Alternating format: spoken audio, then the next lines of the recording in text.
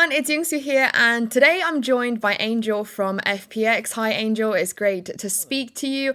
First of all, yesterday you guys managed to pull out a win, which means you're one step closer to Copenhagen. But I kind of wanted to rewind a little bit to the Fnatic series and ask you your thoughts on it because it was very, very close.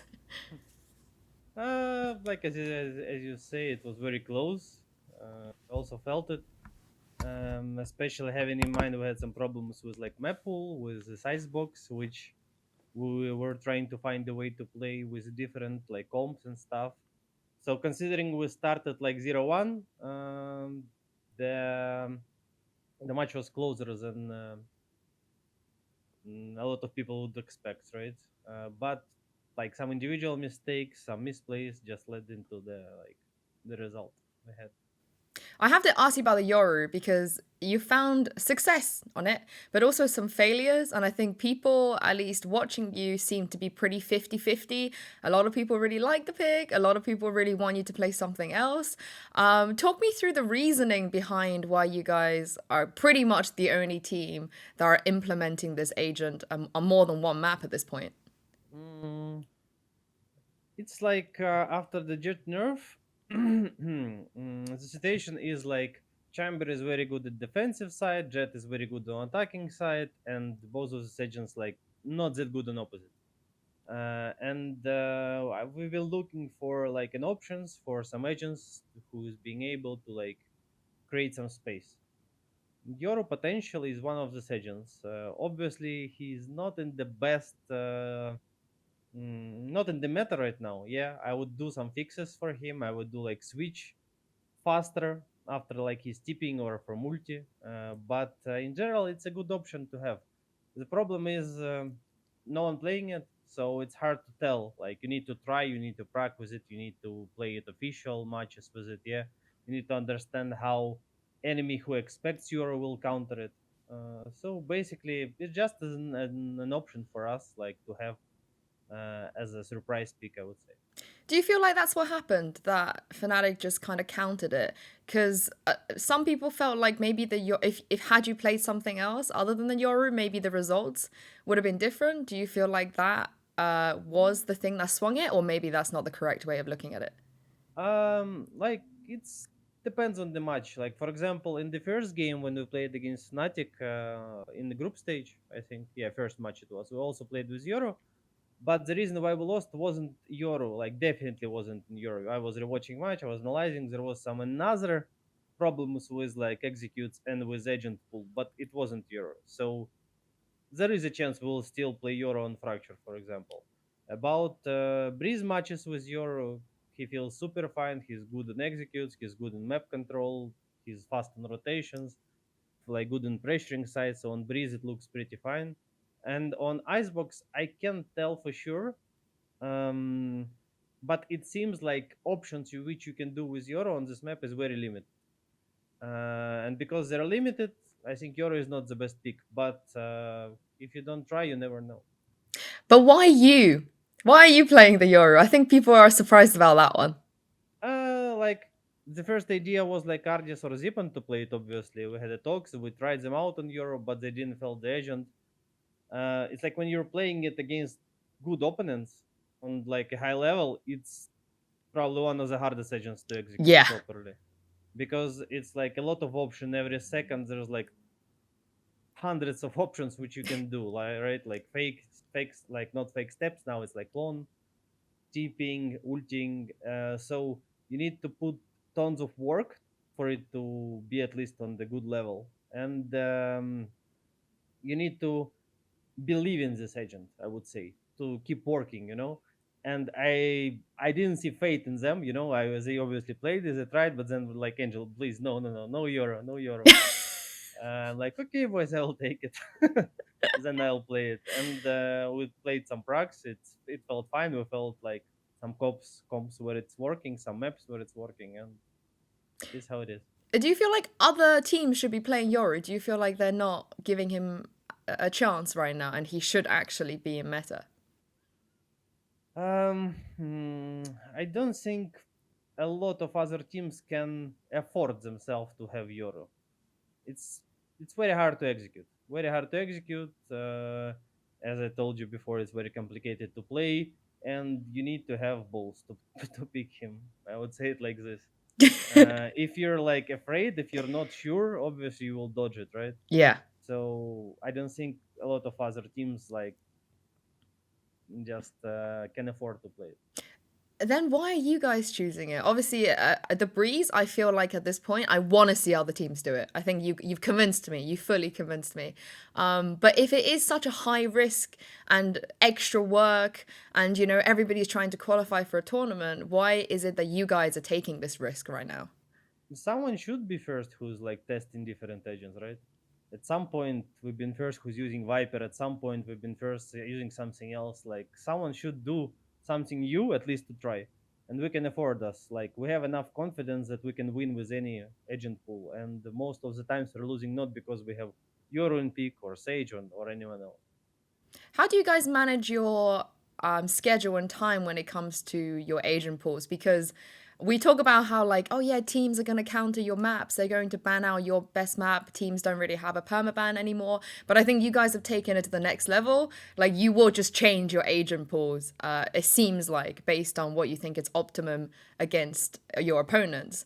So when do you guys find the time to do this? And how much work are you guys putting in right now? It's like right now, I would say we're like halfway to what I want the team to look like. It's like in the perfect role, I want us to, for example, I'm coming to a Prague, I'm saying, okay, this is a comp we're gonna play. This is agents you're gonna play, this is weapons, this is defense setups. Discussion takes 1.5 hours, then we play two Prags with this comp, and we're ready to play it in tournament. This is like a perfect way for me to implement something new. Right now, we're pretty much at this level. Like most of the comps you see, we're pracking like twice, maybe four times max, like not more. And the more time it takes, like for me to explain the idea of how to use agents, or how to approach the attack and defense, like how to rotate properly. So it's more about like my and Eric preparation for a comp than the actual like players work. if Wow. if we will be clear enough to explain how we see this comp to be played, two pracs should be enough. But obviously it's not always working, right? We're losing, sometimes winning. But it's like only the second season when we were trying it. It's like basically started on the stage one, this kind of approach. So there's a lot of new things to learn. Why do you guys have this approach? Because it feels like it would be for the pure sake of qualification. Because I feel like some teams, like, maybe they don't care too much about what they're playing, how they're playing. They just want to make it to LAN. And the approach to that is to stick with one comp and one map for a long time, and you keep drilling and trying to like plan your executes that way. So why do you guys have the, again, like a kind of a risky approach, just because, like you said, your players are not 100% at the level that you're expecting them to be yet? But there is also another bonuses which we have. It's almost impossible to prepare for us, and True. when you're having like 1 week between matches, right? The preparation for enemy, like especially if you're like really good team, all your enemies like studying you playing, right? So for me, changing the comp is a perfect way to remove the preparation, enemy preparation for the match, right? Plus I'm still like learning, right? But I clearly see that on some maps, some agents is like clearly counter picks. Yeah. So if we will learn to adapt to what enemy like play on this map with just like changing one agent, for example, it would be much better than like spending hours of like watching their demos and stuff. This feels like you're like 3D chess going on. You're like trying to counter the counter of the counter. So what if in the future all of the teams kind of take your approach and they start doing all the things that you're doing? What's the counter for that? We're just gonna be better because we have more experience in this, and they will have to face the problems we're facing right now. That's the biggest difference. I think at some point, every team will get to the approach when they will be flexible in picks. Like players will have to play at least like four agents. I'm not sure when exactly it will happen, Like maybe after us winning champions, and everyone will like see the like it's working, right? But at this point, we're gonna be like level ahead. Yeah, definitely. I think you're miles ahead, not just levels ahead right now. In terms of the upcoming LAN, obviously you guys, you were the champions last season. You won everything, but you couldn't make it to LAN. I wanted to ask you guys how you kind of recovered from that because you have young players on your team. I know for you, you've been through every scenario under the sun competitively. But how did you manage kind of getting your players back on form and not be too disheartened about missing the last event?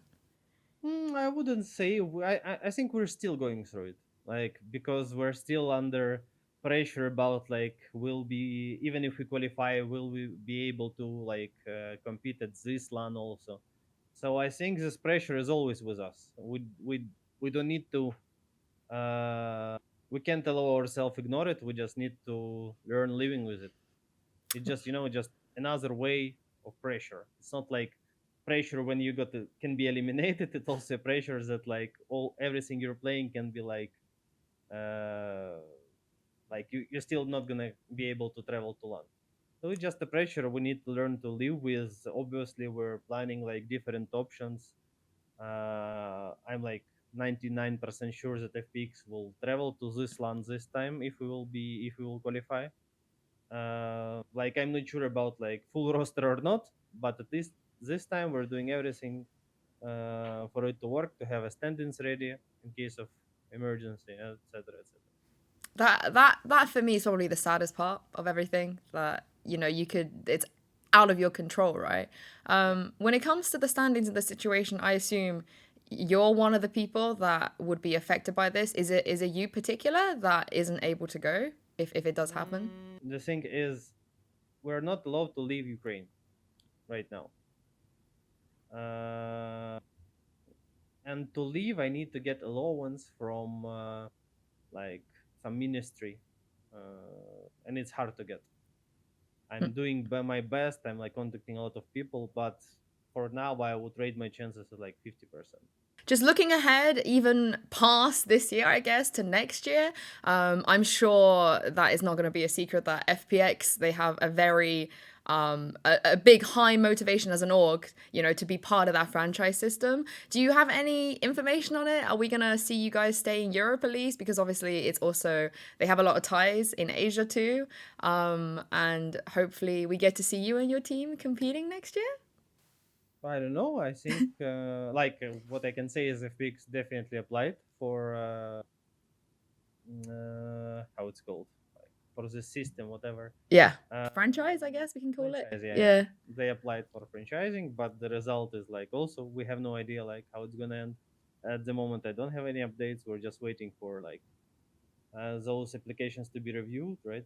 So FPX plan is to stay in Europe, from what I know. Oh, that's good. That's definitely good news for us. And lastly, I gotta ask you about your next opponent. They actually said they wanted to play against you over Ascend.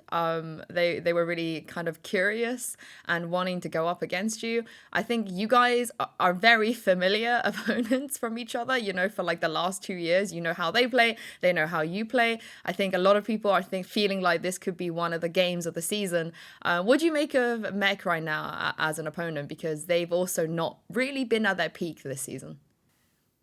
Uh, it's like they have problems with traveling to lands also, right? So they are under the same pressure. I think this is one of the reasons why they underperforming this year.